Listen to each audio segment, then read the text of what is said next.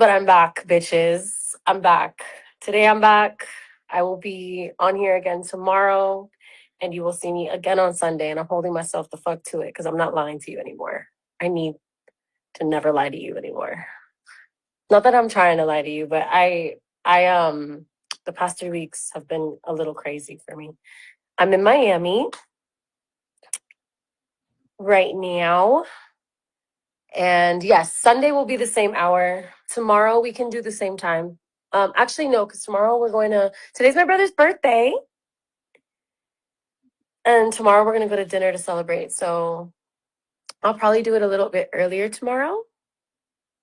And then on Sunday, I will be regular scheduled programming again, 3 p.m. Eastern Standard Time. Okay. Yeah, I'll do earlier tomorrow. Yeah, I am so sorry for the past few weeks. Every time that I realized it was Sunday, I was like, wait a minute, because I was doing so many activities on my Sundays. And then I'd be like, wait a minute, I missed the time. And then I just keep procrastinating. When I fuck up once, I keep procrastinating. And that's honestly something that I'm working on overall in my life, is to stop continuing to put things off because I didn't get them done when I said I was going to get them done. And that is where we're at right now in terms of growth. You feel me? Also, today is actually, I don't know, I'm pretty sure it's day 22 of not smoking weed. Yeah! It has been a journey, but I'm here and I made it out. I made it through the wilderness. Okay. And I have like an open ended ending on it. So, like, I'm trying. What I keep speaking over myself is I don't smoke weed anymore. I don't smoke anymore. I don't smoke anymore. I don't smoke anymore. Just so that I can like subconsciously program it into my reality, you know? Um, but yeah, I used to work at a dispensary and feel so doomed in that sense. Girl, I feel you. I mean, I'm about to be 30 and I've been smoking since I was 16. So, you know, but I was 100% noticing the negative effects in my life, obviously. And I realized that I just have to get a grip, and every day can be tomorrow, you know? Every single day you can be like, oh, tomorrow I'm gonna start. Tomorrow I'm gonna start. I'll stop when I finish this batch, and I'll stop when I finish this joint, and I'll stop and I'll stop and I'll stop. And I just never stopped. So I've taken breaks here and there, which I think you guys know. Focus on blessings and lessons for real. Exactly. Desde los 15 fumado. I feel you. Friends told me to begin smoking and I don't want to, but I don't know how to tell them since I fear that they will get angry with me. Okay, hello, my darling. Your friends want you to start smoking. So, one of the biggest things about stopping the smoking, I really had to do some inner child work, inner teenager work, and come to the point of when I started smoking, right? Like, why did I start smoking and what was it for? And I first started smoking because I was in a group of friends when I was in high school who did not actually care about me and were not actually good friends to me. They were actually very bad friends to me. And I just really, really, really, really, really wanted to fit in with them so badly. I wanted to fit in with them so badly. And nothing that I did, not, I always felt like I was being excluded in different ways and subtle ways. And like I was never really fully a part because I've never really been fully part of any groups except Fifth Harmony. But that was my contract. um Ironically, like, friend groups have never really been my thing. I've always kind of, I float around and I create really genuine connections with like individuals, you know what I mean? I have wonderful, wonderful friends, some that have lasted the test of time, some that have not. But either way, I have a lot of love and appreciation for them because when we did connect, we connected well, you know? And so I went back and I did a meditation where I envisioned my teenage self who was in that place. And I really questioned, like, why did I start smoking in the first place? Because I used to be like super anti everything, anti drugs, anti everything. Obviously, when I'm a kid, And my parents were very adamant about like, don't do drugs, you know? So I was like very anti all of it. And when my friends started smoking, I was like, I was kind of like the mom of the group, right? I was like, don't do that. It's really bad for you. Like, you're going to get hurt. You're going to ruin your health and all this stuff. And they were annoyed, you know? They were like, bitch, you're killing our vibe. Like, get the fuck out of here. We're not inviting you to anything, you know? And so that's kind of what it was. I wouldn't get invited to stuff, and I felt really excluded. And so when I think about why I picked it up, when I first picked it up, when I smoked for the first time when I was 16, it was because I wanted to fit in with these people. You know, it was because I wanted to, I wanted them to like me and I wanted them to include me. So just know, for the person who said that to me, reflect, yeah. um you don't have to do anything that you don't want to do at all. Okay. And if people are telling you that they won't be your friends or they're going to exclude you because you don't do that thing, maybe they're probably not very good friends to begin with, just like mine were. They all abandoned me after my fame blip. You know what I mean? They were all like, oh my God, when I was on TV and when Fifth Harmony first started. And then all of those girls are out of my life now. Not one of them talks to me anymore. They all cut me off randomly and never spoke to me again. um, and to this day haven't spoken to me. So let that be a lesson. If these people are pressuring you and don't want to be your friend because you don't do the same things that they do, they're not your real friends. Okay. I get that it's really easy to relate to other people who have the same, vibes, but yeah, I've never really been much of a drinker. I started drinking when I was 15, and I drank a lot in like my teenage years and early 20s. And I took a break like from 18 to 21 kind of, though, because I was more into smoking weed than I was into drinking. And yeah, after the fact though, like once fame hit, the weed smoking just got serious, honey, because it was like my little blanket. It's my little blanket. It's my little safety place. It's my little bubble. She was my best friend. She was consistent and helped me through a lot of stuff. And I have no regrets and no ill will towards the plant itself. I just realized that I don't have any self control when it comes to it because I do enjoy it so much. And on the one hand, I'm a very high functioning when I'm on weed. Like I can do whatever on it. You know what I mean? I did many a performance, many an interview, many a everything.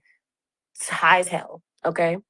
But I think that I was coming to a place of realizing that it was affecting my health because obviously I don't know if you guys know, maybe some of you know, I have PCOS and I have a hormonal imbalance going on, and cannabinoids and excessive use of cannabis can absolutely affect that, So I had to come to a place of inside myself where I was like, do I want to get high or do I want to be healthy?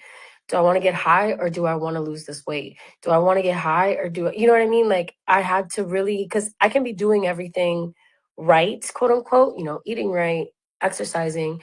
But if I don't make the choices that I need to make, that my spirit's been telling me I need to make for a really long time, then it kind of is like a blanket in my life that also is keeping me from my fullest potential. You know what I mean? Gotta have discipline, exactly. And I just didn't have that discipline. I just realized like I could be like, oh, I'm just gonna smoke here and there, whatever. But that's not the case for me. Like I did 3 months clean a couple years ago. And at the 3 month mark, I was in an amazing session with some jazz cats that were like old as fuck and lighting up joints. And I was like, I made my 3 months. I can celebrate with a joint. And like I literally haven't put it down since again, you know? So I think that for me, at least right now in this era of my life, I 100% need to put her down. Gotta put her down. And it's hard because my entire identity revolves around stoner. You know what I mean? Like for a long time, I've just been in this practice, the one who pulls up with the weed everywhere I go. Like I smoke everybody out. Like, so yeah, I feel like I just kind of, I need to grow the fuck up. is how I feel. I'm like, I'm about to be 30. Shawty. We need to get this health together. I need to just be embodied in a way that I haven't allowed myself to be, especially when it comes to my spiritual gifts. Like weed numbs. It numbs your connection to spirit. Sometimes it can open it, but most of the time if you're abusing the plant, if you're abusing any kind of medicine, which is for me like, oh, I still need my lighter because I need candles. I like candles, baby. I still use candles. But yeah, I just it's just time for me to leave it alone for a while. So I'm leaving it alone for a while, and today is day 22, and I'm hoping to make it to a year, and I'll keep tapping in with you. I'm smoking a blunt right now. Also, no judgment. No judgment at all. Everybody has their process. It affects people differently. Like I'm not judging you at all, baby. I'm not the person that is allowed to judge you. You already know. Like I said, I've been smoking for 13 years. So, but I'm ready. I'm ready. How do I feel mentally and physically after stopping?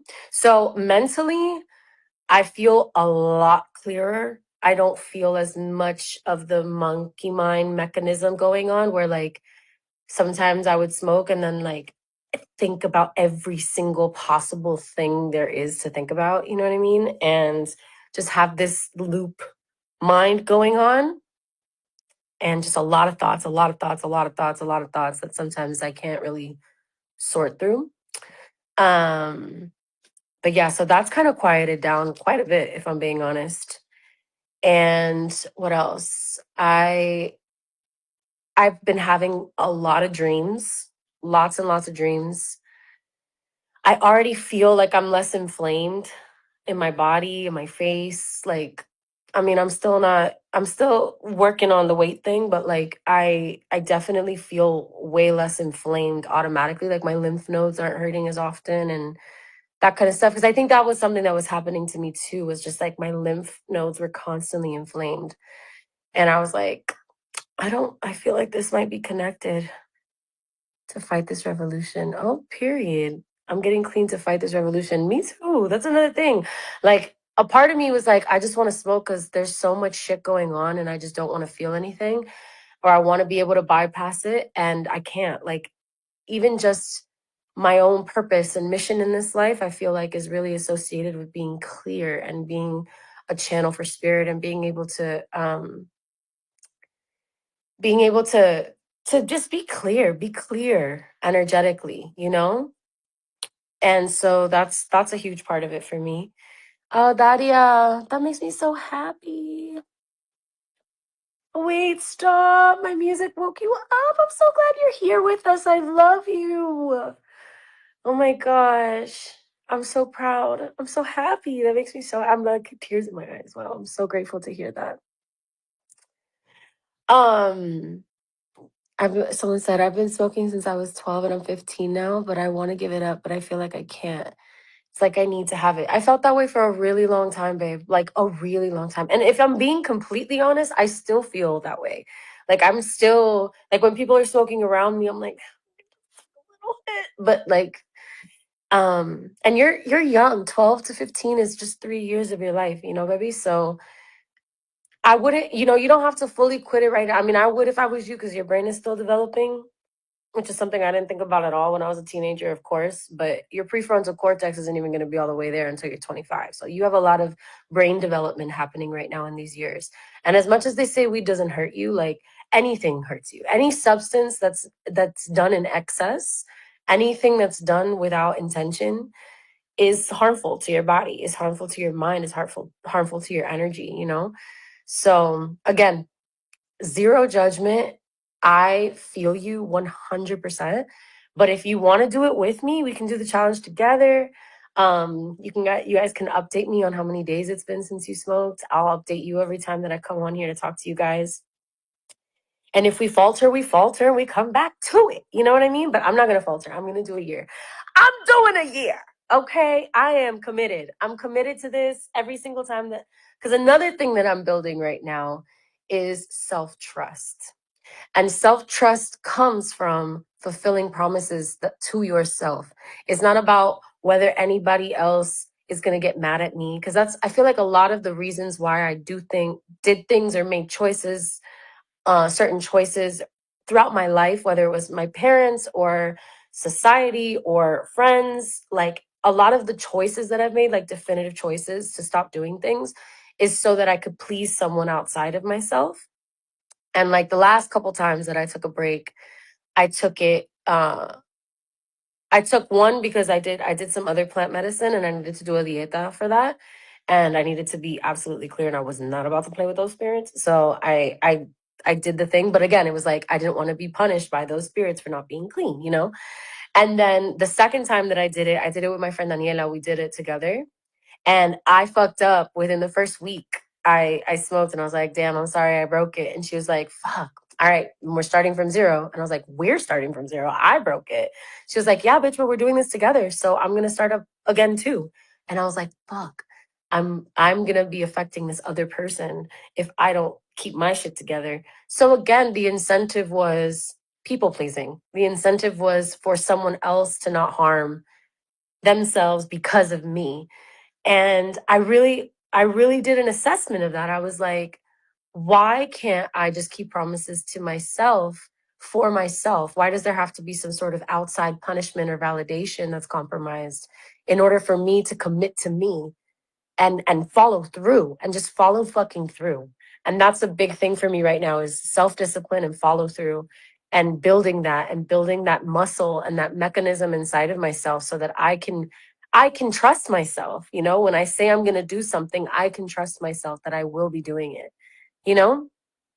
um Salma, congratulations, baby. Stopped smoking 5 years ago. See, that's when God told me to. During the pandemic, God was like, hey, I need you to stop smoking weed. And I was like, fat chance, buddy. Fat chance. Do you see what's going on here? I'm going to keep smoking weed. I'm going to keep smoking weed, you know? Reeve said, I think as women too, we need to put our health first. And with how often we're overlooked by medics, yeah, we have to start putting ourselves first. I completely agree, babe. I completely agree. And I don't trust this Western industrial medical complex at all already. And because I had like digestion issues and like couldn't figure out what the problem was, and started missing my periods, and like the PCOS thing and the weight gain and all this stuff, and I was just like, is this correlated? And if it is correlated, why haven't I done something about it? And I think it is correlated. And so there's like all kinds of things and studies that have come up that I've read about the correlation between, because it's like you're essentially like, our bodies have a cannabinoid system already. And when we're supplementing with cannabis, like, you're affecting that process. You're like overriding your hunger cues. Like, you're overriding all of these different things that of course are going to probably cause imbalances, especially because for me, again, I was a chronic user all day, every fucking day, like 4 joints a day, some most days, so it's like, that's not healthy no matter what, because I'm abusing it. There's no. I've never smoked in my life, but a few weeks ago I started exercising again after 8 months and eating healthier, and it feels so good. I'm so proud of you, Diana. That's amazing. After a year clean from nicotine, kinda, lol. And anyway, been going to the gym and taking care of my mental health and getting medicated. I'm proud of you. Smoking was so hard to give up. I've been clean for nearly 3 years now, and it gets better as long as you're not around people that can tempt you. Baby, I'm probably going to be around people that can tempt me, unfortunately. I'm in the music business. But there's something about this time around. Like, it's deeply aligned with, I'm in my Saturn return right now. My Saturn's in Aries, and I'm literally about to be 30 this year. And that's like a big number for me. Like, I don't know, I never thought that I'd get there. Like, as life goes, like, you don't realize how fast it's passing. And I feel like that's something that really has been affecting me, is just that thought that I've been that I've just been wanting to do it and not doing it, and in these weird shame spirals whenever I would smoke. So it wasn't even like I was having fun anymore, you know? It wasn't even, I mean, I still could probably have fun, you know, but it doesn't matter. You see me? Do you see me? Like, no. Exactly. To defend the truth, you have to be brave enough to allow yourself to see it, and that requires self-trust. Exactly, babe. Exactly, babe. And plus, I'm a fucking singer, bitch. And really what it was, like right before I finally like was like, all right, I'm done. I'm done. Today is tomorrow. You know what I mean? Like today, no more mañana diet. Today's the day. I went to an acupuncturist because acupuncturists and Chinese medicine, like traditional Chinese medicine, has been the only thing that's been able to bring my period back. So for all my PCOS girlies out there, or ladies, or non-binary, whoever you are, if you have a womb and you're suffering from these kinds of things, I highly recommend acupuncture. It is the only thing that has been able to bring my period back whenever it is that I do go and get my acupuncture sessions. I try to do it once a month so that I can be consistent with my period and rebalancing. But I went to a new acupuncturist in LA, and he, you know, was doing his little pincitos, and he was like, your lungs are weak and your heart is weak. And I was like, bitch, that's unacceptable. And I told him, he was like, do you do anything? And I was like, yeah, I smoke weed like almost every day. And he looked at me, he's old Korean man. And he looked at me, he was like, I can help you, but you need to change your lifestyle. I was gagged. I was like, ooh, fuck. That is real. That is real. So yeah, I'm not trying to have my lungs and my heart weak when I'm not even 30. Fuck that. Fuck that. We need to get this shit going. We need to get it back together. You know what I mean? Because I got shit to do in this world. Greetings, Yoselin de Guatemala. Mwah, te amo. My mom smokes since she's 12. Now she's 56 and she's been so bad. I don't know how to make her stop. Any advice? I'm 14 and scared she'll pass away. Babes, I'm so sorry. Some of us just have vicios in this life, honey. Like, the world is tough, and sometimes we find that one thing that brings us comfort, and we're creatures of comfort. We're creatures of habit. So it's really, really hard to break those habits if you don't have the willpower to. You know, I didn't have the willpower for a very, very long time.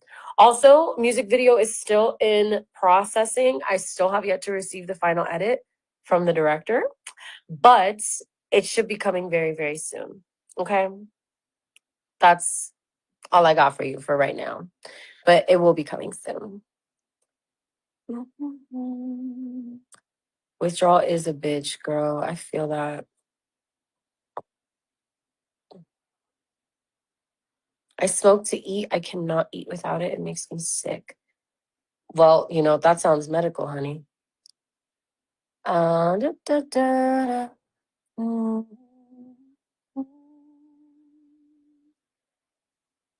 Do you have any music tips when it comes to writing melodies? I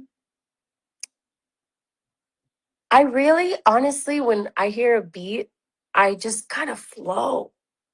I kind of flow with that. I just, I just sing what I'm feeling.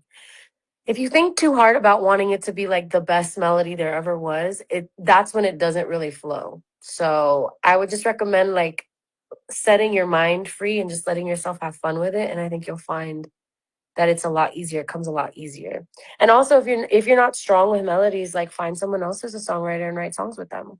You can always be collaborating and co-creating with people.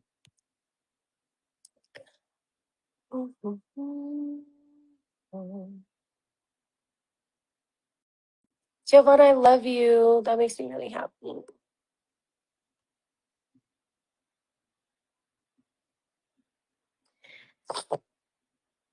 I'm 6 months clean. I'm 17 now, and I started smoking at 11. I'm so fucking proud of you, bro. That's so hard to do, and I'm really fucking proud of you.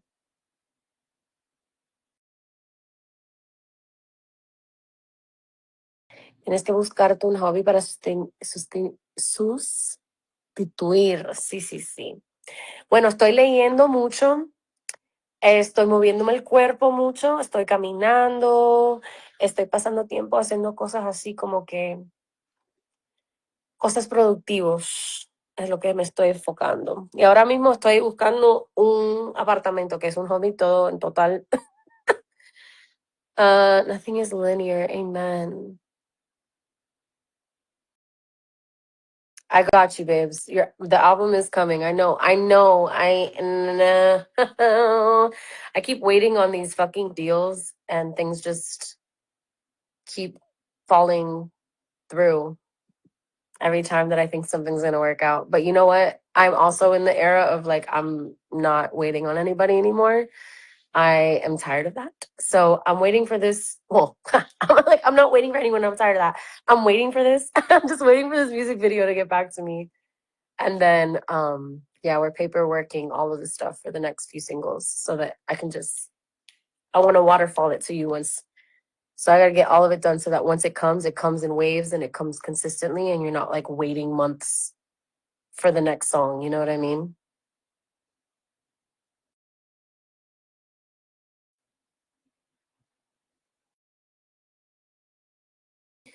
Someone said, the way my mental health was so terrible until I started working out and playing volleyball 5 times a week. LOL, it's crazy how much it helps. It really does.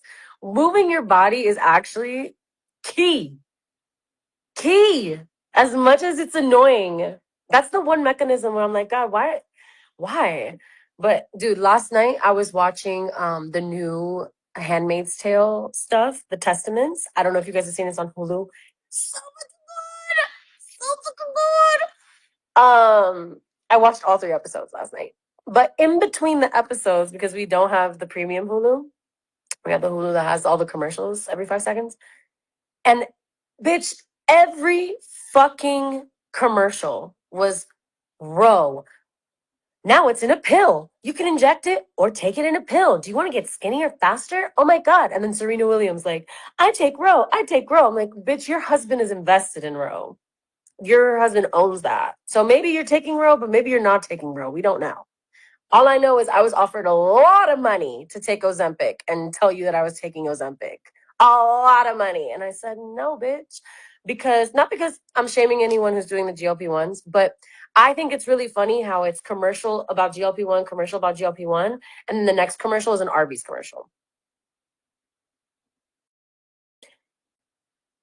Take control of your health. There's no way that you can take control of your health without a shot.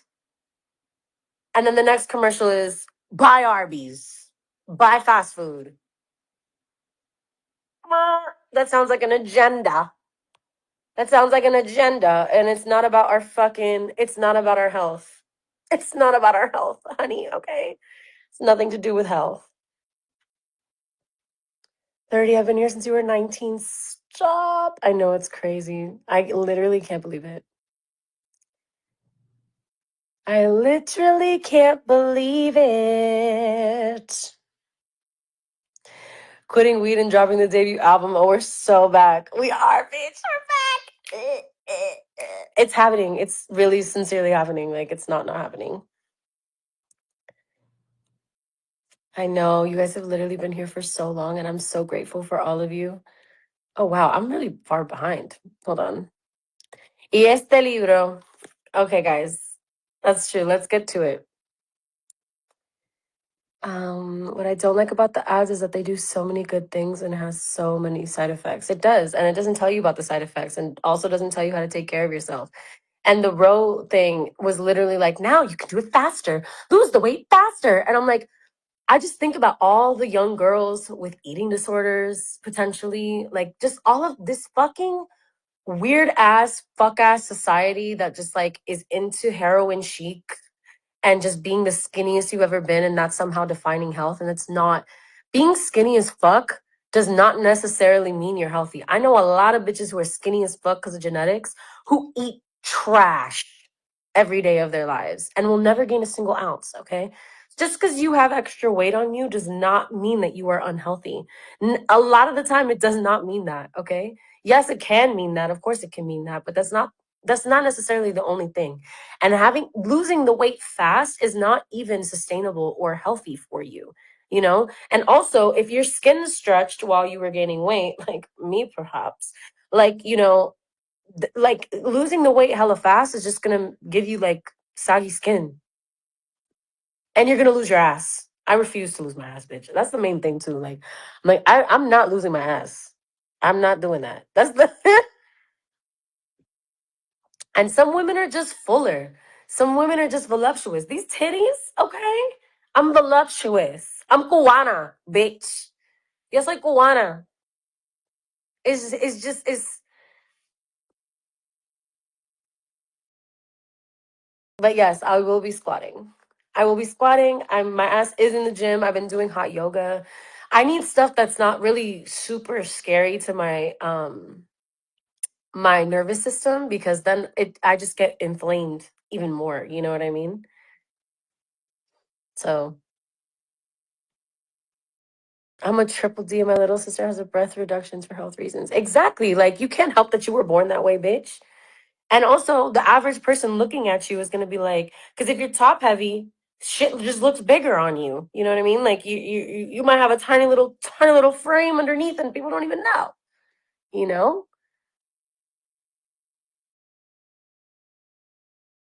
Oh my god, how cute. Someone said they've been a fan since they were 2. Wow, iconic. Yes. You're welcome, Barbara. Yeah, it's just I just feel like there's so much noise right now, especially from like celebrity women, to be like tiny, you know? And if you're doing your shit and you're on your shit and you're on your health journey and you just happen to lose weight and you get tinier, like I'm probably gonna get tinier as I continue on my journey because a lot of this weight that I gained, again, PCOS, once my hormones balance out, now that I've stopped smoking, I already feel myself less inflamed. Like going to the gym regularly, like doing all of that is definitely going to me up. I'm going to get snatched. Like, and I don't want to hear no motherfucking Ozempic allegations either. Because you guys know how I feel about that shit. I've been telling you how I feel about that shit. And if I was going to take it, I would have taken it when they offered me that money. Oh, I could have paid for all of this with that money. But I wasn't gonna lie to you guys, and I also wasn't about to like endanger your lives, you know, because I know that a lot of you look up to me and move, like you trust me, you trust what I'm telling you I'm doing, you know.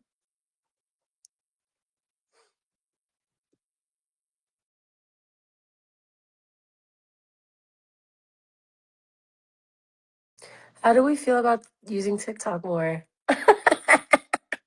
It's owned by Larry Ellison, guys. Fuck that man for life. I'm so tired of these fuck ass billionaires owning everything and censoring everything. But yes, yes, yes, I'll be using it more. I'll be using it more. I will be using it more. Saw you wearing Jean Paul, and I wanted to share with you that I'm working with the brand here in Mexico. Girl, hit me up. I love me some Jean Paul Gaultier. Okay. I still need to post those pictures too. That was Adrian. That was definitely Adrian. TikTok is terrible right now. I've heard.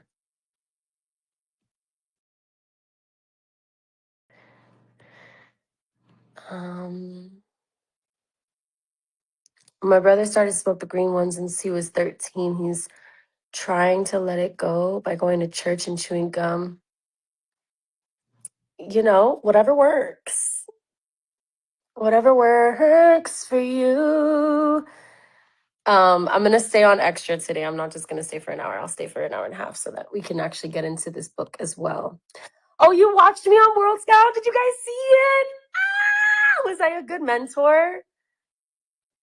Did they keep all my spicy stuff? I was hella spicy because I don't know how far along are all the episodes out.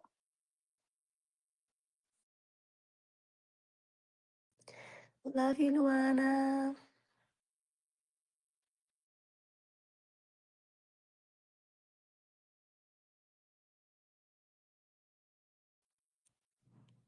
So Bianca, she said, I started taking ADHD meds, lost a lot of weight, and the amount of comments I got about using Ozempic was crazy. Yeah, that's a thing. That's a thing. Like people are unaware that you can naturally lose weight nowadays. Like it's actually crazy. Brazil photo dump. Yes. I finally my friend Nila, who like took videos and photos and stuff during Brazil, is finally getting back to me about the pictures that she took because she's been doing a whole bunch of stuff. Um okay, good. I love the girls. The girls, I feel like I have so much compassion for the girls who are in those kinds of situations, like whether it's any of these TV shows, any of that kind of stuff. It's so intense, and you have a camera in your face and everyone's like insulting you left and right or trying to pull the best out of you, but like in really degrading ways that kind of make you doubt your confidence. And I just saw like the light in these little girls' eyes and their passion and how excited they were to maybe be picked, you know. And I really tried my best to just pour love and life into each one of them while they were there. So I really hope. I do have my own label, babes.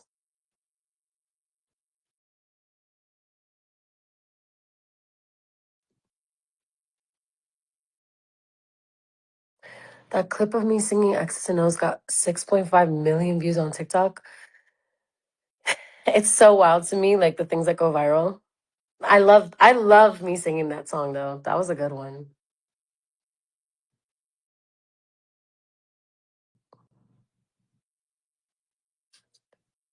You're always spicy, girl. You're right. I am always spicy, but I'm nice. I'm a nice spicy. I'm a nice spicy. Can we get to the book? Okay, yes. I'm sorry. 1984. Do you guys remember where we were? Because I kind of don't. Were we on chapter 5, right? Or were we on chapter 6? I should have marked it. Oh, we're in section 6. Section 5. In the low ceiling canteen deep underground. The lunch queue jerked forward. The room was already full of deafening noise. Okay, wait. This is when we meet Winston. Chapter 6 starting now. Okay, thank you kindly. Thank you guys for being up to date and aware. We're gonna get through chapter 6 today then. I hope that you guys still enjoyed my update though, because I had to update you on like what I've been going through for the past few weeks. Because all of that is in tandem with why you haven't seen me, because your girl be disappearing into herself, like inside. I go inside and then I realize that there are people who need my energy, and then I forget, and then yeah, I'm so sorry, but I love you, and I'm here. I'm here, and I'm gonna keep being here. Also, so many of you left. Stop. Why are you leaving? Don't leave.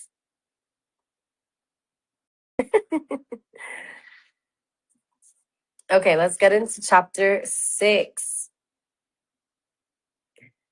From the other night, tried it out in her sitting room door and reckoned she could hear twice as much with her ear to the hole. Of course, it's only a toy, mind you. She still gives them the right idea, eh? At this moment, the telescreen let out a piercing whistle. It was a signal to return to work, and all 3 men sprang to their feet to join in the struggle around the lifts, and the remaining tobacco fell out of Winston's cigarette. Okay, so we were in the cafeteria, and the boys were chatting shit, and the guy who was the dad of the 2 kids that Winston had, or was it Winston? Yeah, that Winston saw. That's Winston like went to visit their apartment and like got shot by one of them. Remember? So he talked to him, and the guy just told him that his daughter has like a new device that can extra hear through walls, which is terrifying. All right, let's get into it. Chapter 6. Winston was writing in his diary. It was 3 years ago. It was on a dark evening in a narrow side street near one of the big railway stations. She was standing near a doorway in the wall under a street lamp that hardly gave any light. She had a young face, painted very thick. It was really the paint that appealed to me, the whiteness of it, like a mask, and the bright red lips. Party women never paint their faces. There was nobody else in the street and no telescreens. She said $2. For a moment, it was too difficult to go on. He shut his eyes and pressed his fingers against them, trying to squeeze out the vision that kept it recurring. He had an almost overwhelming temptation to shout a string of filthy words at the top of his voice, or to bang his head against the wall, to kick over the table and hurl the ink pot through the window, to do any violent or noisy or painful thing that might black out the memory that was tormenting him. Your worst enemy, he reflected, was your own nervous system. Ain't that the fucking truth, Winston? Yes, brother. At any moment, the tension inside of you was liable to translate itself into some viable symptom. He thought of a man whom he had passed in the street a few weeks back, a quite ordinary looking man, a party member, aged 35 or 40, tallish and thin, carrying a briefcase. They were a few meters apart when the left side of the man's face was suddenly contorted by a sort of spasm. It happened again just as they were passing one another. It was only a twitch, a quiver, rapid as the clicking of a camera shutter, but obviously habitual. He remembered thinking at the time, that poor devil's done for. And what was frightening was that the action was quite possibly unconscious. The most deadly danger of all was talking in your sleep. There was no way of guarding against that, so far as he could see. I went with her through the doorway and across. Oh, he drew in his breath and went on writing. This is what he's writing.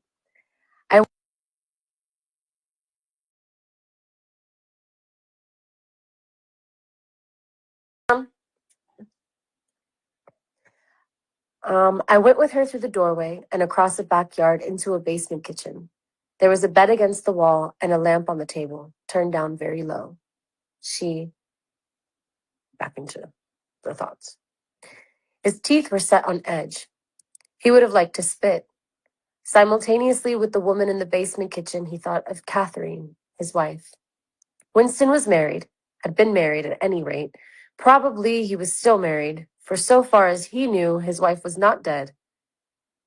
Girl, hold on. My mom, give me 1 second.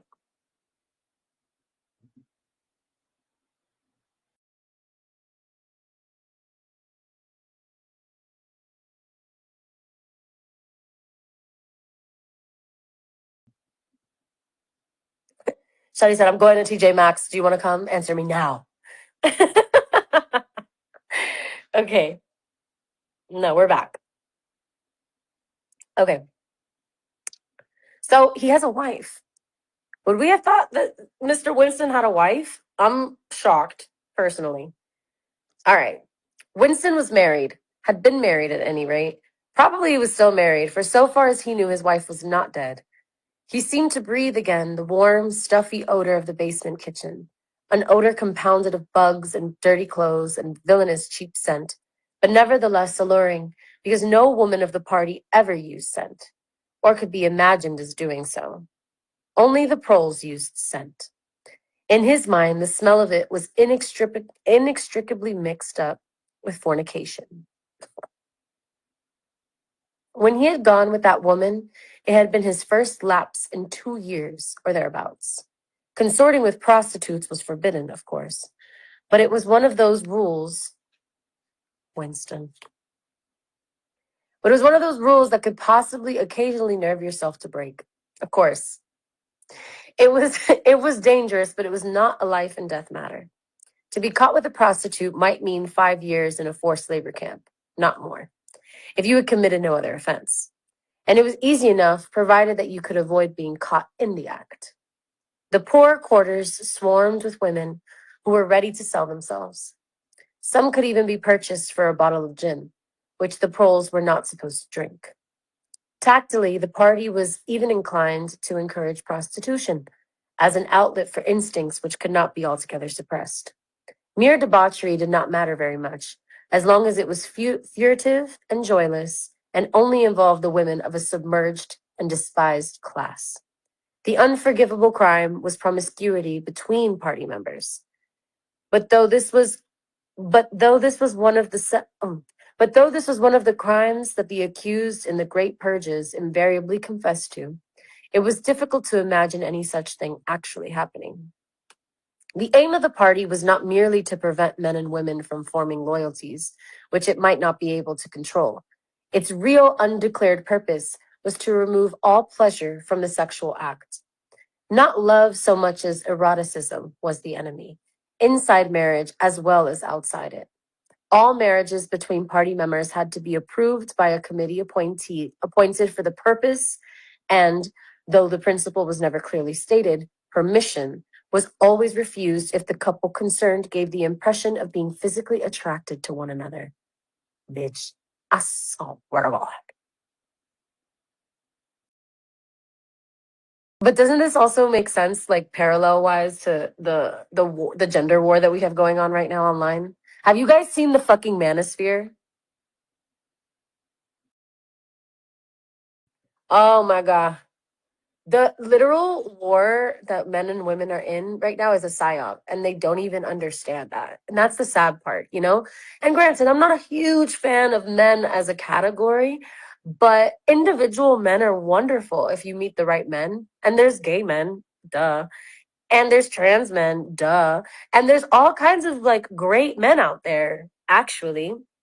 And this is me also convincing myself of that because I have been susceptible to how terrible some shit is right now as far as like the way that men think about women. Because I really do be reading comments online, and some men I just want to slap upside the head. Sincerely, I'm like, wow, you really like don't see women as human beings, and that's really weird to me, you know, like really really weird to me. But there are a lot of great men out here that aren't like that and are just lost and looking for guidance, and they hope to get that guidance from other men. And then there's grifters and fucking weird ass scam artists and very deeply insecure weirdo misogynists who just take advantage of those boys, you know what I mean, take advantage of those men who don't have maybe a father figure who's active in their lives and teaching them how to be great men, you know? But they do exist. I just keep telling myself they do exist. They do exist. Oh, and thank you. Someone said they defend me in the comments when people talk shit about me. I appreciate that. Love you. So glad I'm a lesbian. I'm like, you know, I'm a 90-10. We're out here. It's kept changing. You know what I mean? It used to be 75-25. It was 50-50 at one point for me. And then it was like 75-25 for a while. And honestly, right now I'm with me. Like I'm with Lauren. So, and I, not man nor woman is interesting me at all. You know, Sasha and I are always going to be connected and have love for each other because, you know, I'm slightly poly. But yeah, no, I'm very much in my figure out your shit, bitch era. You know, be on your own and learn to love yourself and keep promises to yourself and fall in love with yourself and show up for yourself the way that you show up for other people. That's where I'm at right now. I love dick. I don't usually like men. I do love dick. I do. I haven't had dick in so long, but I do like that shit. That's how I know I'm not fully. You know what I mean? Because I do still enjoy it and like seeing it and get turned on by it. You know what I mean? That's how I know. Because I've thought about it. I'm like, damn, am I a lesbian? Like, am I just a lesbian? Because I could just be a lesbian, and that would make my life a lot easier, probably. I am romantic, trust me. But yeah, I do. Sometimes I meet a man and I'm like, damn, I would fuck you. Darn. And then I move on, you know? I haven't actually fucked them though. Ew. Because the thing is, I need you to intellectually stimulate me, and a lot of these men are just not cutting it. They're not cutting it. And some of them are fine as fuck. Yes. Some of them are fine as fuck. Some of them have really great personalities. They're really fun to talk to sometimes. I like that they flirt with me overtly. You know, sometimes lesbian situations, folks do not be flirting with me. Or if they're flirting with me, it's just like, it just depends. I don't know. I really, it's really hard for me to feel attracted to anyone right now. I'm giving like currently single in a way that's very serious. Like my biochemistry is like repelling romance and love to that degree until I feel like I'm in a good place to open myself up to that concept again. Because I've had I've had really interesting relationships in my life, you know?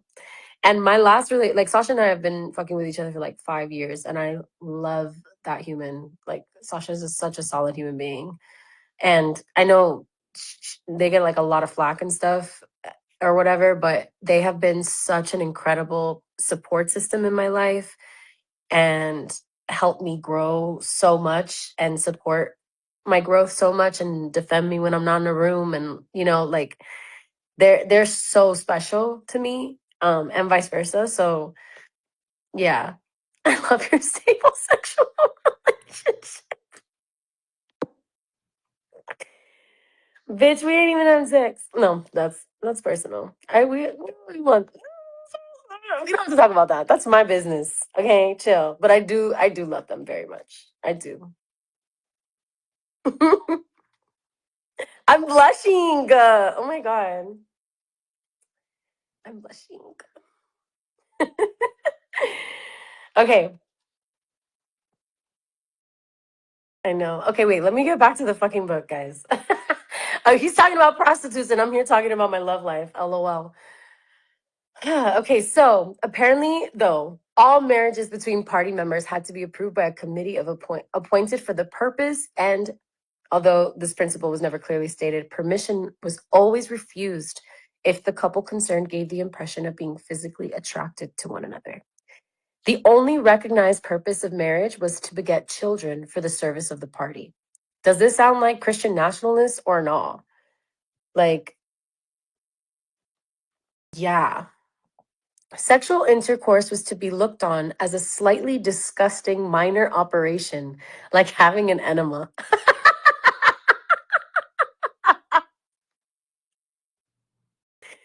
Not like having an enema, bro. That's whack. This again was never put into plain words, but in an indirect way, it was rubbed into every party member from childhood onwards. They were even in organizations such as the Junior Anti Sex League, which advocated complete celibacy for both sexes. All children were to be begotten by artificial insemination. Artism, it was called in Newspeak, and brought up in public institutions. This, Winston was aware, was not meant altogether seriously, but somehow it fitted in with the general ideology of the party. The party was trying to kill the sex instinct, or if it could not be killed, then to distort it and dirty it. He did not know why this was so, but it seemed natural that it should be so. And so far as the women were concerned, the party's efforts were largely successful. He thought about he thought again of Catherine. It must be 9, 10, nearly 11 years since they had parted. It was curious how seldom he thought of her. For days at a time, he was capable of forgetting that he had ever been married. Clearly, because we didn't know until chapter 6, brother.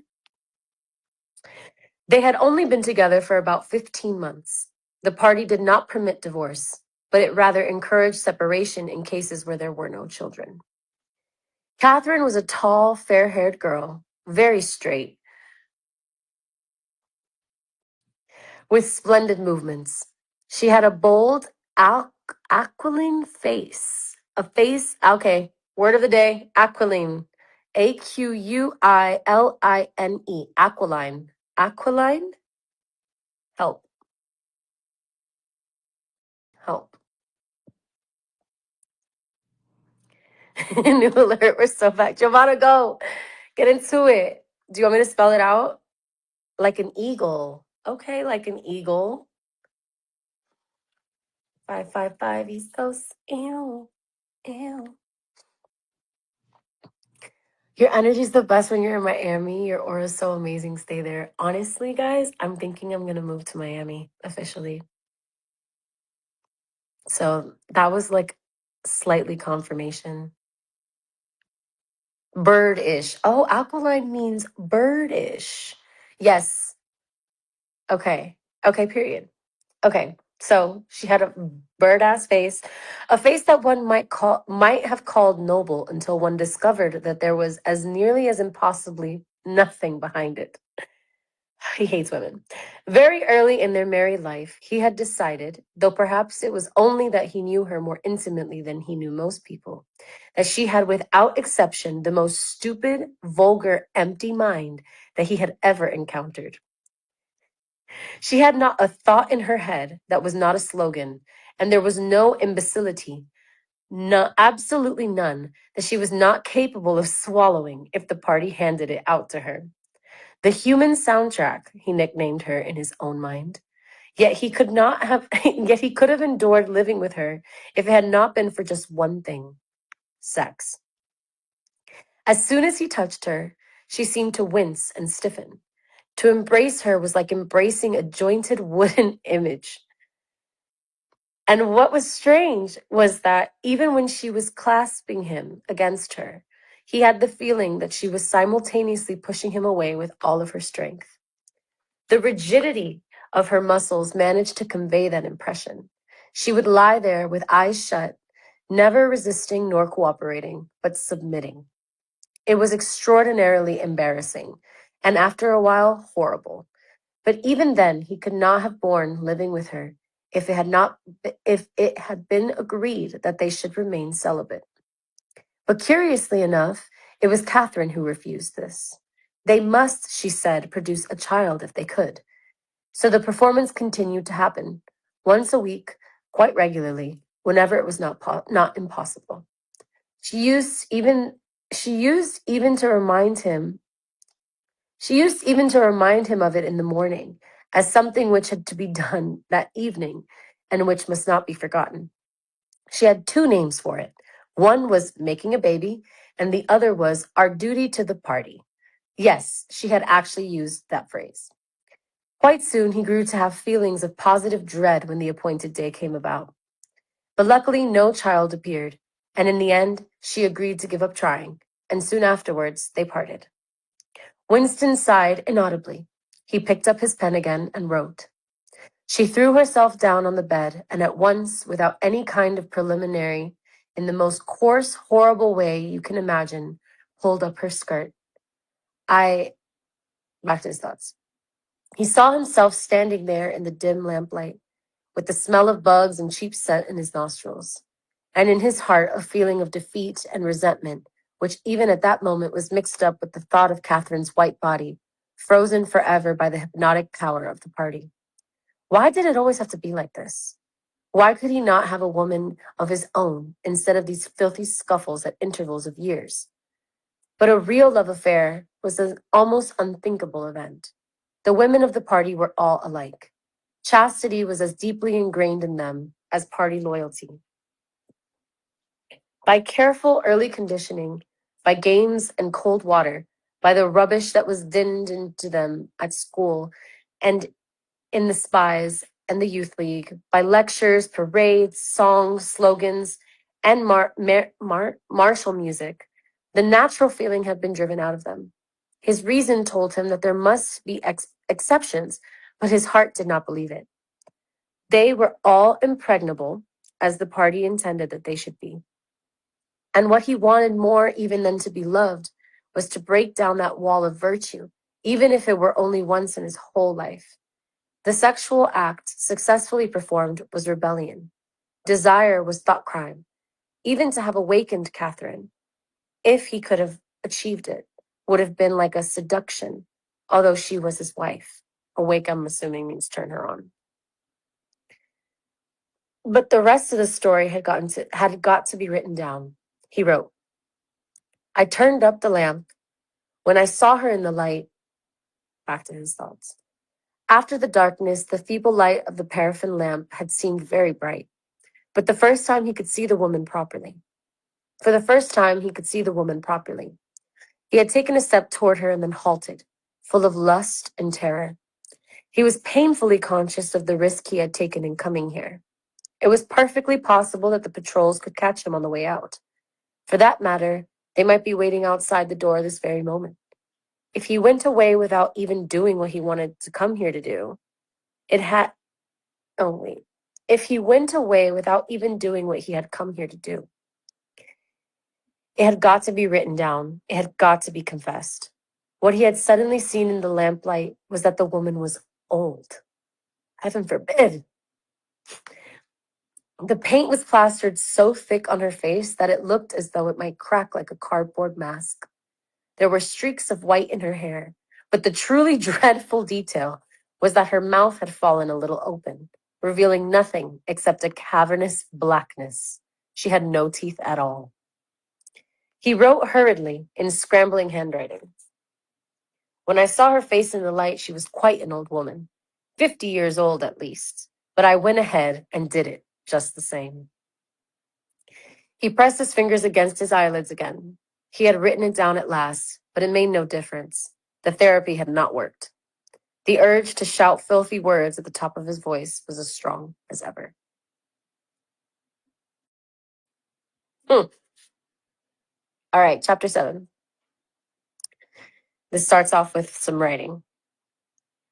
If there is hope, wrote Winston, it lies in the proles. If there was hope, it must lie in the proles, because only there, in those swarming, disregarded masses, 85% of the population of Oceania, could the force to destroy the party ever be generated. The party could not be overthrown from within. Its enemies, if it had any enemies, had no way of coming together, or even of identifying one another. Even if the legendary brotherhood existed, as just possibly it might, it was inconceivable that its members could ever assemble in larger numbers than 2s and 3s. Rebellion meant a look in the eyes, an inflection of the voice, at the most, an occasional whispered word. But the proles, if only they could somehow become conscious of their own strength, would have no need to conspire. They needed only to rise up and shake themselves like a horse shaking off flies. If they could blow the party to pieces tomorrow morning. Surely sooner or later it must occur to them to do it. And yet, he remembered how once he had been walking down a crowded street when a tremendous shout of hundreds of voices, women's voices, had burst from the side street a little way ahead. It was a great, formidable cry of anger and despair, a deep, loud, wow, that went humming on like the reverberation of a bell. His heart had leapt. It started, he had a thought, a riot. The proles were breaking loose at last. When he had reached the spot, it was to see a mob of 200 or 300 women crowding around the stalls of a street market, with faces as tragic as they had been the doomed passengers on a sinking ship. But at this moment, the general despair broke down into a multitude of individual quarrels. It appeared that one of the stalls had been selling tin saucepans. There were wretched, flimsy things, but cooking pots of any kind were always difficult to get. Now the supply had unexpectedly given out. The successful women, bumped and jostled by the rest, were trying to make off with their saucepans, while dozens of others clamored around the stall, accusing the stall keeper of favoritism and of having more saucepans somewhere in reserve. There was a fresh outburst of yells. 2 bloated women, one of them with her hair coming down, had got describing her bloated bitch, had got a hold of the saucepan and were trying to tear it out of one another's hands. For a moment, they were both tugging, and then the handle came off. Winston watched them disgustedly, and yet just for a moment, what almost frightening power had sounded in that cry from only a few hundred throats. Why was it that they could never shout like that about anything that mattered? Writing. Until they become conscious, they will never rebel. And until after they have rebelled, they cannot become conscious. That's America. And that is America. Until they become conscious, they will never rebel. And until after they have rebelled, they cannot become conscious. Okay? That, he reflected, might almost have been a transcription from one of the party textbooks. The party claimed, of course, to have liberated the proles from bondage. Before the revolution, they had been hideously oppressed by the capitalists. They had been starved and flogged. Women had been forced to work in the coal mines. Women still did work in the coal mines, as a matter of fact. Children had been sold into the factories at the age of 6. But simultaneously, true to the principles of doublethink, the party taught that the proles were natural inferiors who must be kept in subjugation like animals by the application of a few simple rules. In reality, very little was known about the proles. It was not necessary to know much. So long as they continued to work and breed, their other activities were without importance. Left to themselves, like cattle turned loose upon the plains of Argentina, they had reverted to a style of life that appeared to be natural to them, a sort of ancestral pattern. They were born, they grew up in the gutters, they went to work at 12, they passed through a brief blossoming period of beauty and sexual desire, they married at 20, they were middle-aged at 30, they died, for the most part, at 60.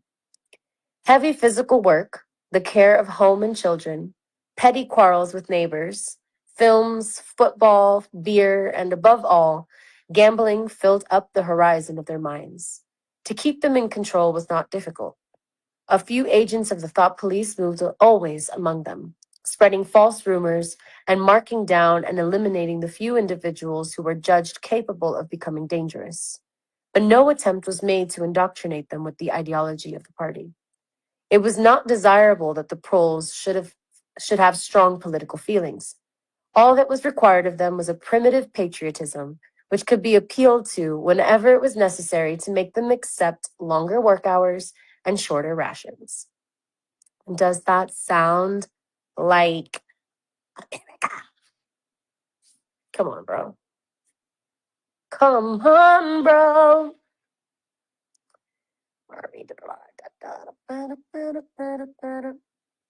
And even when they became discontented, as they sometimes did, their discontent led nowhere, because being without general ideas, they could only focus on they could only focus it on petty specific grievances. The larger evils invariably escaped their notice. The great majority of proles did not even have telescreens in their homes. Even the civil police interfered with them very little.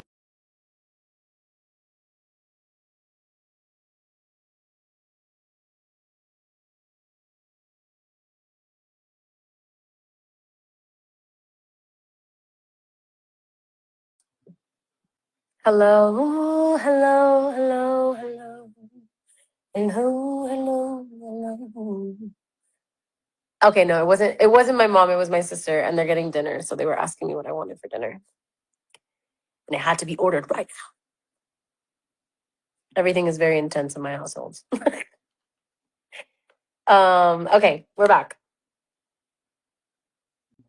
So the great majority of proles did not even have telescreens in their homes. Even the civil police interfered with them very little because they policed them fucking selves, just like us.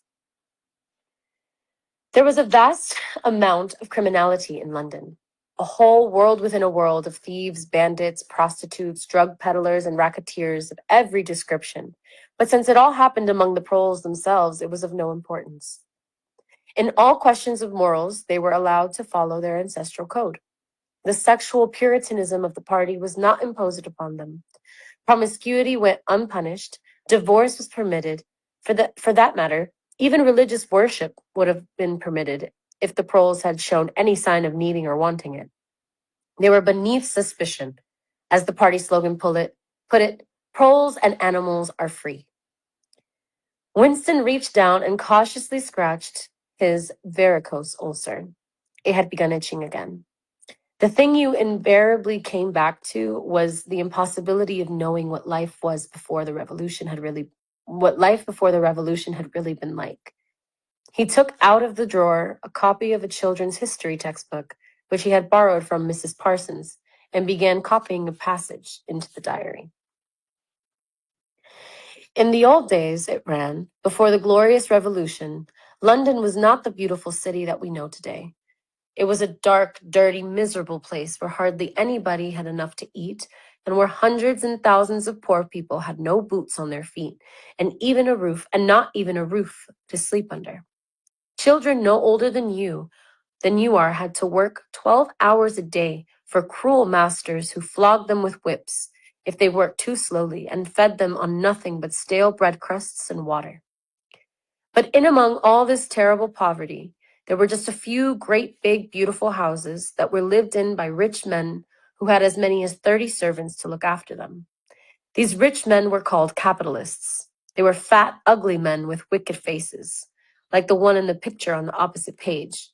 You can see that he is dressed in a long black coat, which was called a frock coat, and a queer, shiny hat shaped like a stovepipe, which was called a top hat. This was the uniform of the capitalists, and no one else was allowed to wear it. The capitalists owned everything in the world, and everyone else was their slave. They owned all the land, all the houses, all the factories, and all the money. If anyone disobeyed them, they could throw him into a prison, or they could take his job away and starve him to death. When any ordinary person spoke to a capitalist, he had to cringe and bow to him, and take off his cap and address him as sir. The chief of all the capitalists was called the king. And yeah, this is real as fuck. But he knew the rest of the catalog. There would be a mention of the bishops in their lawn sleeves, the judges in their ermine robes, the pillory, the stocks, the treadmill, the cat o nine tails, the Lord Mayor's banquet, and the practice of kissing the Pope's toe. There was also something called the Jus Premier Noctis, which would probably not be mentioned in a textbook for children. It was the law by which every capitalist had the right to sleep with any woman working in one of his factories. Very Trump-esque. How could you tell how much of it was lies? It might be true that the average human being was better off now than he had been before the revolution. The only evidence to the contrary was the mute protest in your own bones, the instinctive feeling that the conditions you lived in were intolerable and that at some other time they must have been different. It struck him that the truly characteristic thing about modern life was not its cruelty and insecurity, but simply its barrenness, its dinginess, its listlessness. Life, if you looked about you, bore no resemblance, not only to the lies that streamed out of the telescreens, but even to the ideals that the party was trying to achieve.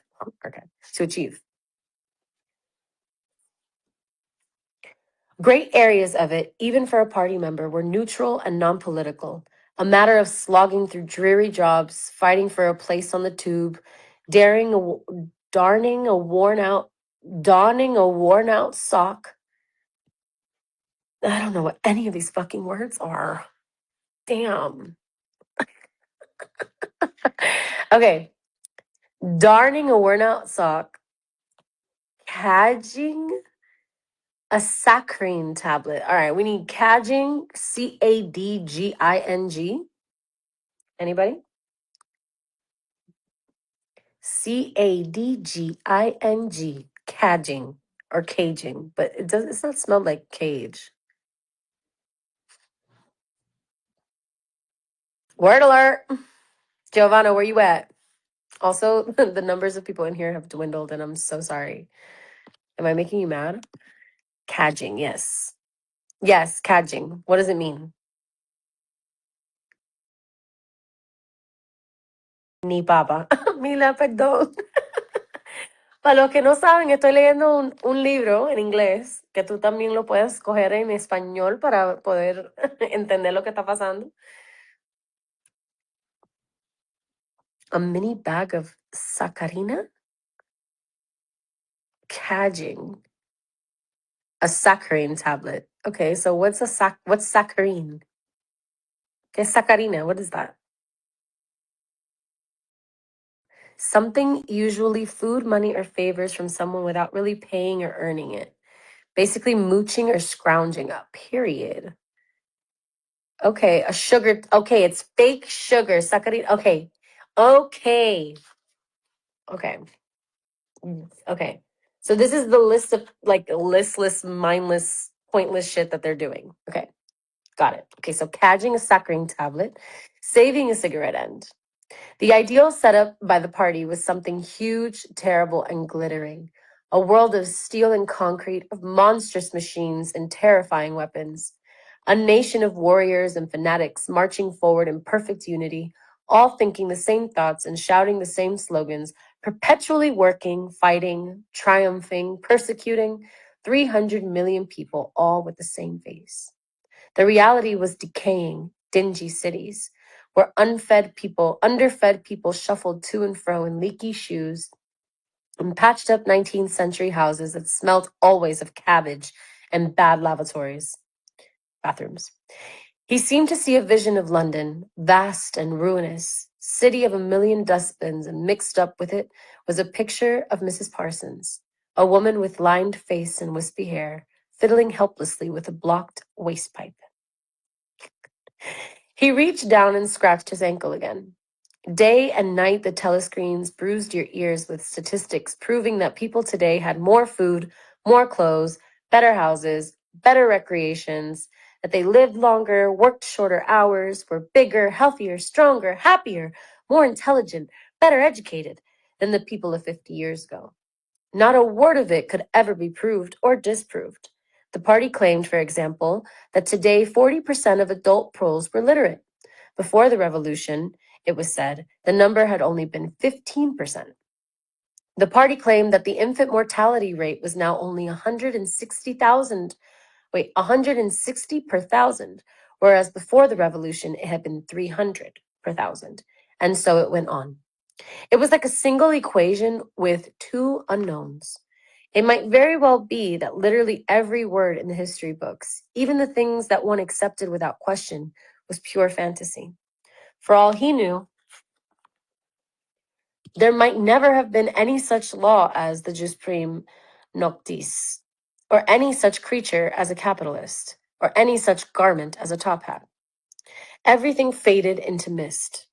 The past was erased, the erasure was forgotten, the lie became truth. Just once in his life he had possessed after the event that was what counted. Concrete, unmistakable evidence of an act of falsification. He had held it between his fingers for as long as 30 seconds. In 1973, it must have been. At any rate, it was at about the time when he and Catherine had parted. But the really relevant date was 7 or 8 years later. The story really began in the middle 60s, the period of the Great Purges, in which the original leaders of the revolution were wiped out once and for all. By 1970, none of them was left, except Big Brother himself. All the rest had by that time been exposed as traitors and counter-revolutionaries. Goldstein had fled and was hiding, no one knew where. And of the others, a few had simply disappeared, while the majority had been executed after spectacular public trials at which they made confession of their crimes. Among the last survivors were 3 men named Jones, Aronson, and Rutherford. It must have been in 1965 that these 3 had been arrested. As often happened, they had vanished for a year or more so that one did not know whether they were alive or dead, and then had suddenly been brought forth to incriminate themselves in the usual way. They had confessed to intelligence with the enemy. At that date, too, the enemy was Eurasia. Embezzlement of public funds, the murder of various trusted party members, intrigues against the leadership of Big Brother, which had started long before the revolution happened, and acts of sabotage causing the death of hundreds of thousands of people. After confessing to these things, they had been pardoned, reinstated in the party, and given posts which were in fact sinecures, but which sounded important. Sinecures, but which sounded important. Okay. I'm going to infer that sinecures means like fake, like puppet positions, but help me out.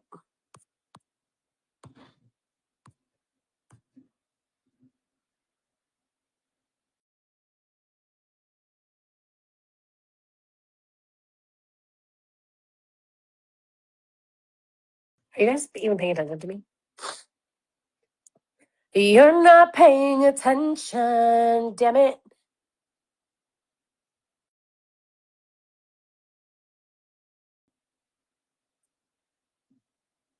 Okay, I love that everyone's mom. Like, why are y'all discussing Fifth Harmony right now? Like, bring it back. Rein it in.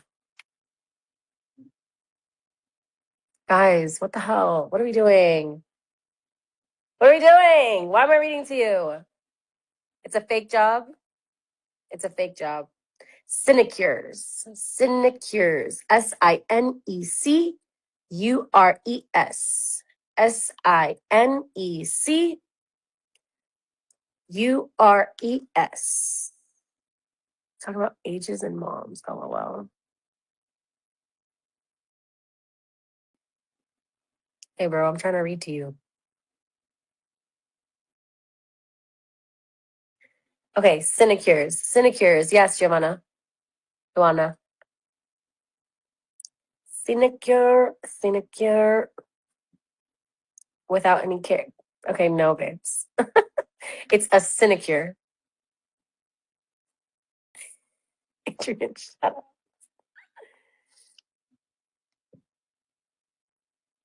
Sinecure is a paid position or office that requires little to no responsibility, work, or active service. Okay, easy job.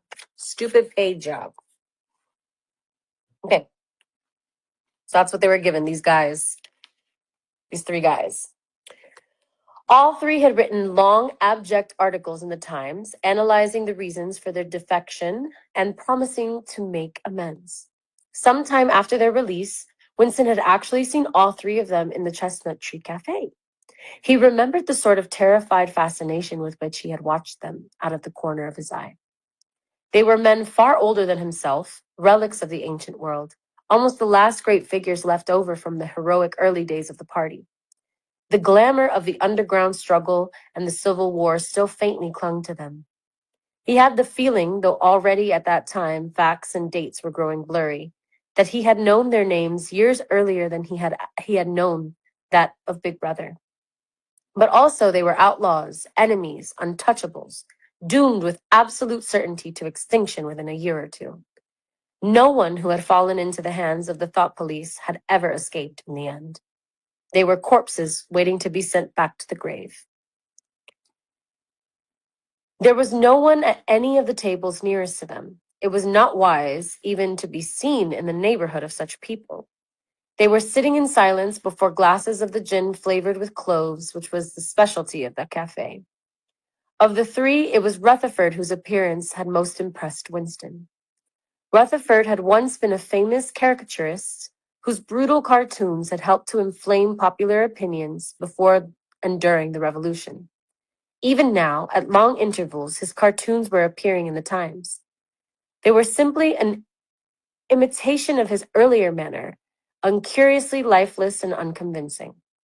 Always, they were a rehashing of the ancient themes.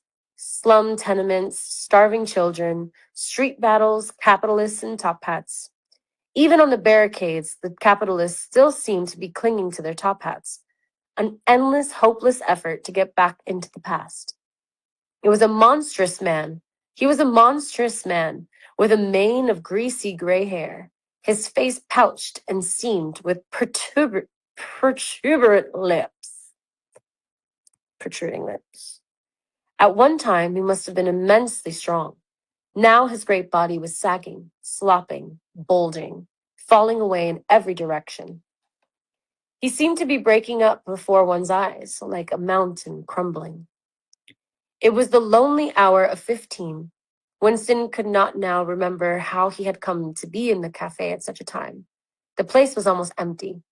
A tinny music was trickling from the telescreens. The three men sat in their corner, almost motionless, never speaking. Uncommanded, the waiter brought fresh glasses of gin.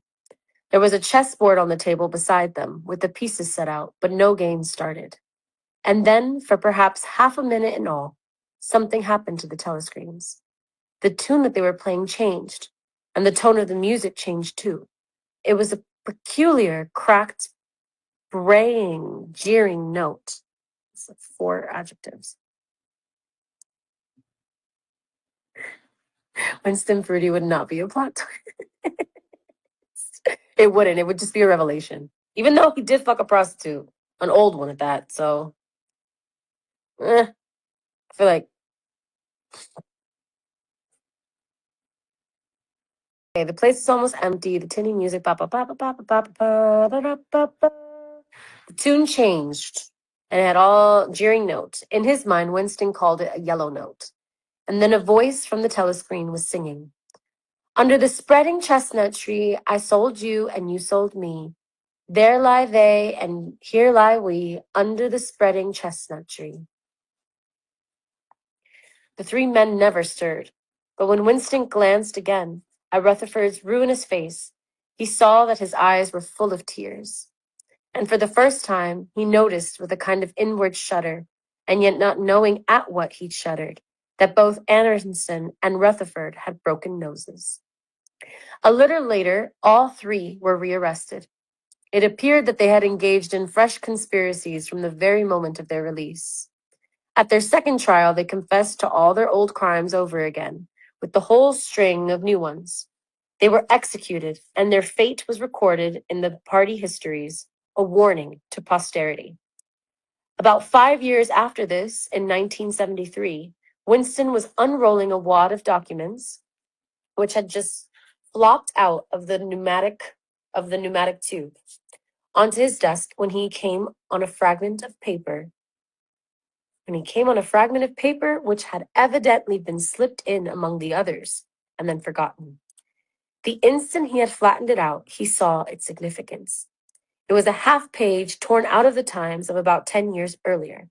The top half of the page, so that it included the date, and it contained a photograph of the delegates at some party function in New York. Prominent in the middle of the group were Jones, Aronson, and Rutherford. There was no mistaking them. In any case, their names were in the caption at the bottom. The point was that at both trials, all 3 men had confessed that on that date they had been on Eurasian soil. They had flown from a secret airfield in Canada to a rendezvous somewhere in Serbia, and had conferred with members of the Eurasian General Staff to whom they had betrayed important military secrets. The date had stuck in Winston's memory because it chanced to be a midsummer day. But the whole story must be on record in countless other places as well.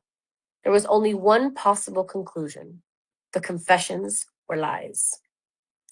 Of course, this was not in itself a discovery. Even at that time, Winston had not imagined that the people who were wiped out in the purges had actually committed the crimes that they were accused of. But this was concrete evidence. It was a fragment of the abolished past, like a fossil bone which turns up in the wrong stratum and destroys a geological theory. It was enough to blow the party to atoms. If in some way it could have been published to the world and its significance made known, he had gone straight on working. As soon as he saw what the photograph was and what it meant, he had covered it up with another sheet of paper. Luckily, when he unrolled it, it had been upside down from the point of view of the telescreen. He took his scribbling pad on his knee and pushed back his chair so as to get as far away from the telescreen as possible. To keep your face expressionless was not difficult, and even your breathing could be controlled with an effort, but you could not control the beating of your heart, and the telescreen was quite delicate enough to pick it up. He let what he judged to be 10 minutes go by, tormented all the while by the fear that some accident, a sudden draught blowing across his desk, for instance, would betray him. Then, without uncovering it again, he dropped the photograph into the memory hole, along with some other waste papers. Within another minute, perhaps, it would have crumbled into ashes. That was 10, 11 years ago. Today, probably, he would have kept that photograph. It was curious that the fact of having held it in his fingers seemed to him to make a difference even now, when the photograph itself, as well as the event it recorded, was only memory. Was the party's hold upon the past less strong, he wondered, because a piece of evidence which no longer existed had once existed? But today, supposing that it could be somehow resurrected from its ashes, The photograph might not even be evidence. Already at the time when he made his discovery, Oceania was no longer at war with Eurasia, and it must have been to the agents of Eurasia that the 3 dead men had betrayed their country. Since then, there had been other changes. 2, 3, he could not remember how many. Very likely the confessions had been rewritten and rewritten until the original facts and dates no longer had the smallest significance. The past not only changed, but changed continuously. What most afflicted him, with the sense of nightmare, was that he had never clearly understood why the huge imposture was undertaken. The immediate advantages of falsifying the past were obvious, but the ultimate motive was mysterious. He took up his pen again and wrote, I understand how. I do not understand why. Y'all, you're not listening to me. Why am I wasting my time?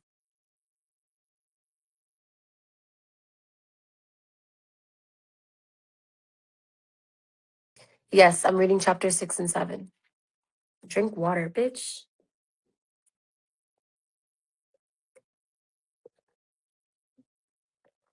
Am I sounding crispy?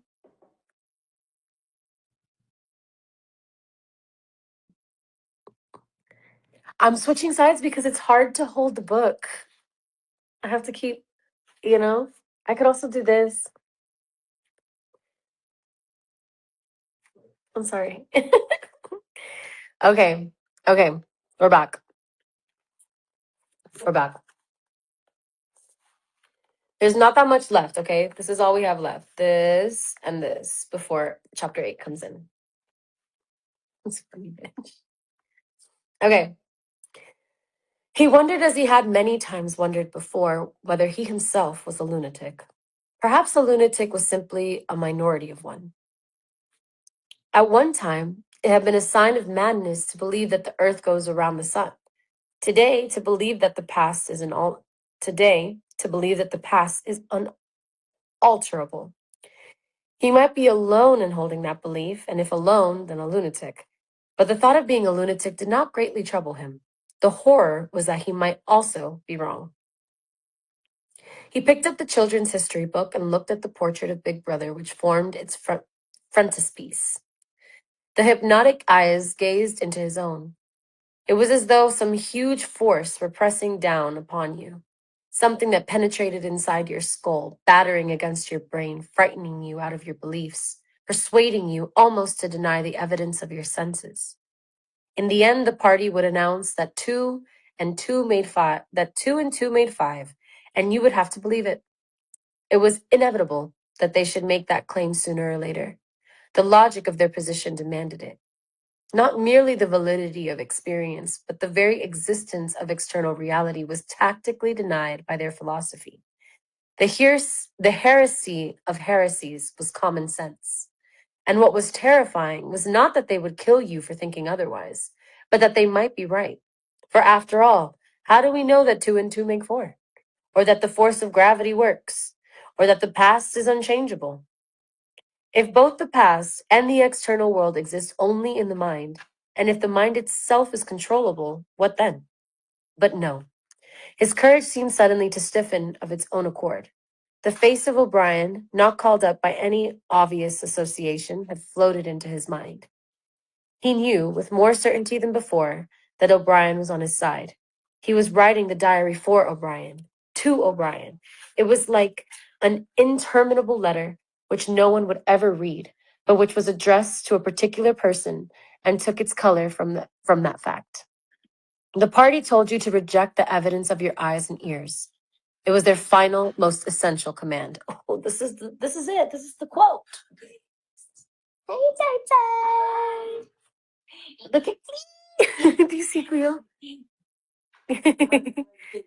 I'm not. I'm wiggling. Tay, you want to say hi to the people? Hello, people. Well, you're not on camera. Come say hi. Well, I'm saying hi to my puppy. Wait, it's an uncompromising position. I look disgusting. No, you don't. Hello.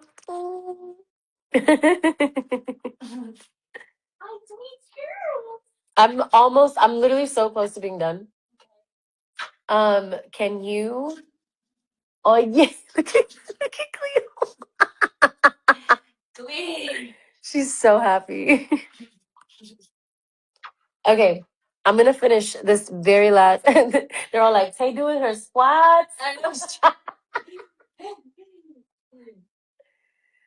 Oh my god, I think that Winston needs some dick into revolt. Fact. Mira la Cleo. Mira la Cli. Esa la Cli. Esa la mami. You're so cute. My perfect girl. Oh, she's literally yes, stinky perfect girl. That's the one thing about her that's not so pretty is her breath. But they got stank breath.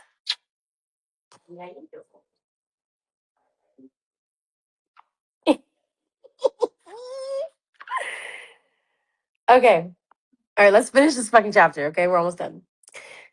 The party told you to reject the evidence of your eyes and ears. It was their final, most essential command.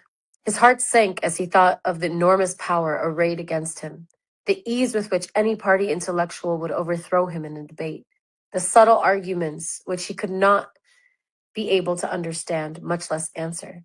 And yet, he was in the right. They were wrong, and he was right. The obvious, the silly, and the true had got to be defeated. Truisms are true. Hold on to that. The solid world exists. Its laws do not change. Stones are hard, water is wet, objects unsupported fall toward the earth's center. With the feeling that he is speaking to O'Brien, and also that he was setting forth an important axiom, he wrote, "Freedom is the freedom to say that 2 plus 2 make 4. If that is granted, all else follows." And that is the end of chapter 7. He was really mostly reminiscing on the fact that he had that piece of evidence and what that piece of evidence was, and those 3 revolutionaries that, confessed to their crimes and then got repositioned um and then betrayed the party again somehow. But yeah, that is the end of chapter 7 in part 1. And let me see what we're like almost now we're like a quarter of the way through. That's where we're at. We're on page 81 now, and I will be reading again to you tomorrow and chit-chatting with you again tomorrow. Chapter 8 is long. So is chapter 7. Chapter 7 was pretty long. It's 6:30 now. It's almost 6:40. Oh, I've been here for a while. We're gonna do the same time tomorrow. So 5 p.m. And actually, no, let's do 3. Let's just do 333 again. 333 Eastern time. Is that cool? Is everyone cool with that? Thank you guys for being here. Thanks for tapping in. I love you so much. I'm going to tap in again tomorrow, and then we're going to do Sunday again. So you guys are going to see me a lot this week. And I'm going to put together Brazil Dump because that's like on my agenda. Okay? I love you. And I hope you're well. Also, update on covers. The guy that I was supposed to make the covers with back when I was in LA last week or the week before, he has like an illness, and he had to get infusions done, and they took him out, like not took him out like all the way, Jesus Christ. But they just he wasn't able to go into the studio the day that we were supposed to record. So, we have another delay, but it's okay because I'm gonna find someone in Miami to do it with me, and we'll get those done ASAP so you guys can have those immediately. Okay. I love you very much. And I hope that you're taking care of yourself. And I'll see you soon. See you tomorrow, literally. Okay.